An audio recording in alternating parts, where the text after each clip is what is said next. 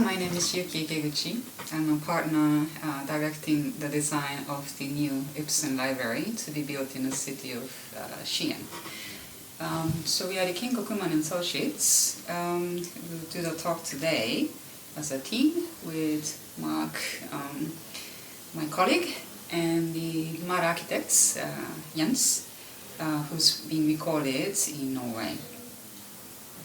Yeah, hello. So I'm Mark Mukarse. I'm Chief Project Manager from Kengokuman Associates on the new IBSEN library, and then we're really excited about this project, and then we'll present a bit of insight on this project. So we have started this project, winning scheme of the competition that were held in the December of 2019. We've been awarded to design the architecture of the library in March 2020.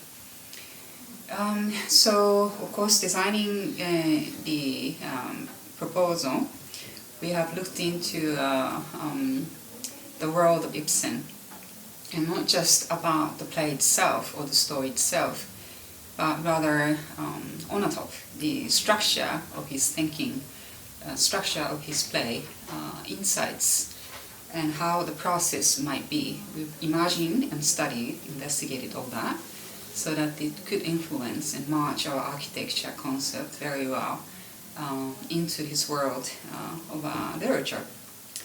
One of the things that it's really intrigued me is this, in his play, inwardness and outwardness, two scale of the opposite are quite explicit in his play.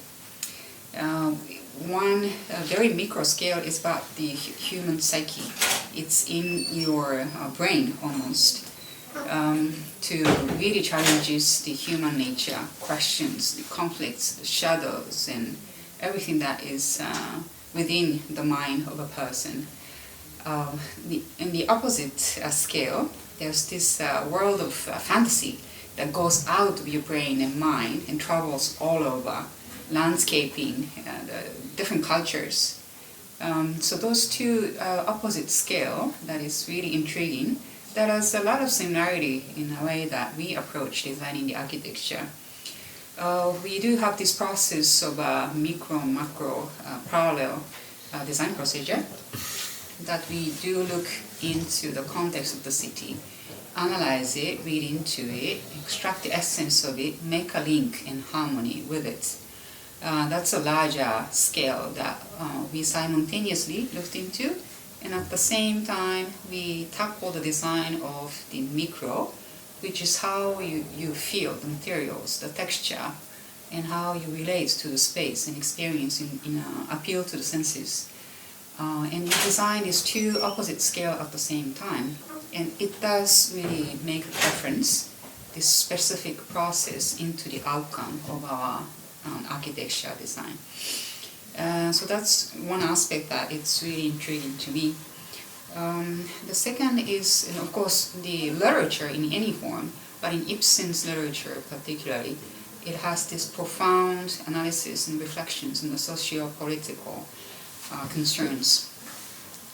And in a play, the constant criticism, questioning, projections of these concerns are quite explicit.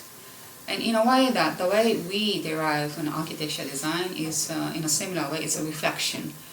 We listen, we analyze, and we hear the voices, the demands and expectations of the society, the clients, environments. And architecture is generated in response to that as an organic matter.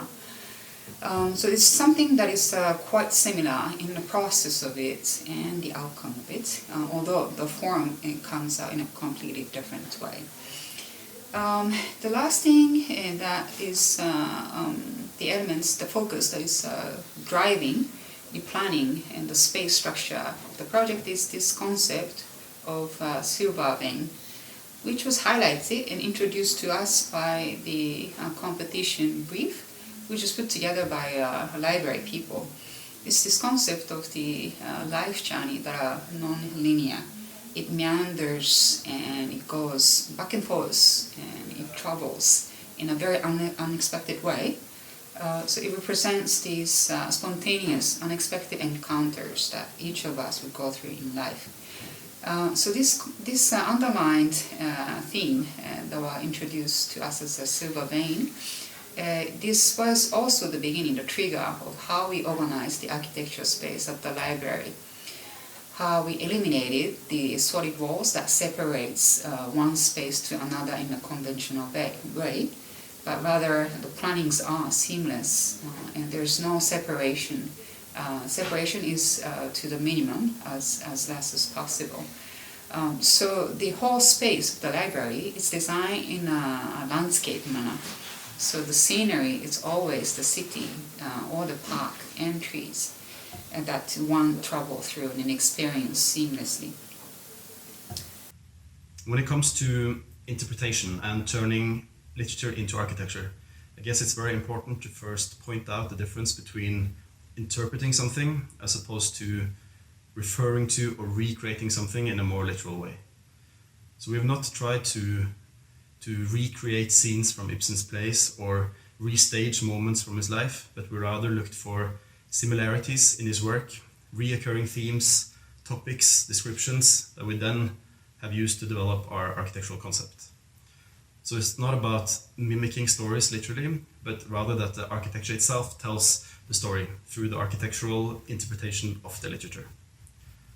So we started off by collecting all these themes and topics and descriptions, and we made this diagram in an attempt to translate all of this into ingredients that we could use in the architecture.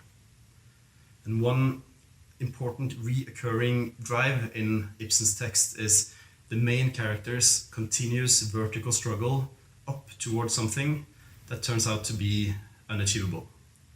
And on the way up towards this goal, the character will then encounter various challenges that he or she either will overcome or that will result in a fall. So this climb up and the fall down has been an important aspect in our architectural concept. And Ibsen's universe also consists of a mix between reality and imagination.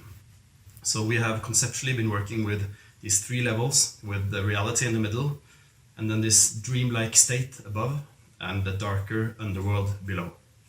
And these three levels are very prominent in the plays such as Peer Gynt, for example, where it's all about how you see yourself and from what perspective that you see yourself from.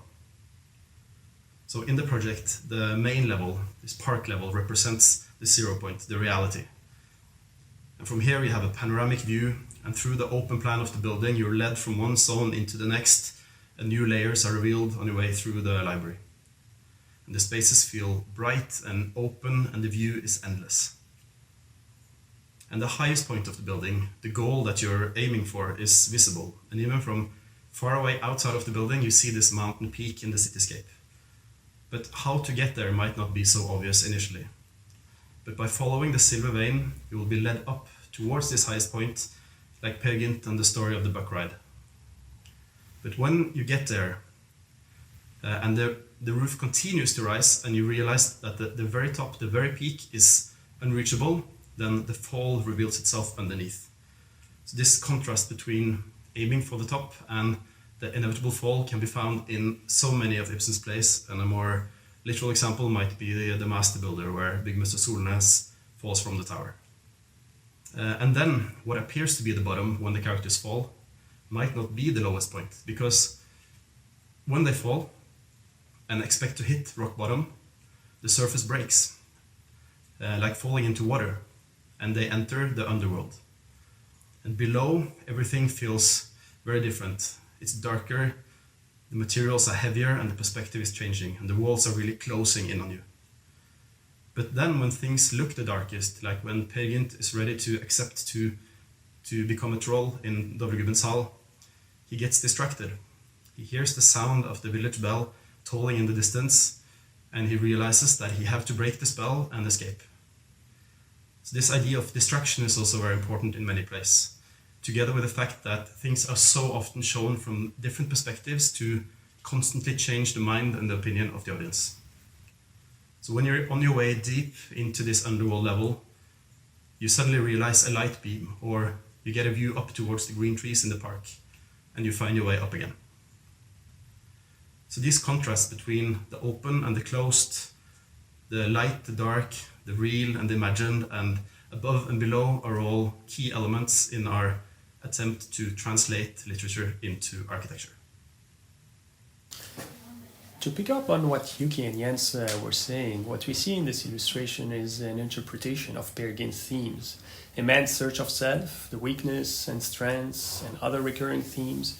We are here in the basement level, where one can experience the underground darkness, as if you are falling into the void, but nevertheless, you are still connected to the natural light, a sensorial experience brought in by the visual connection to the landscaping architecture.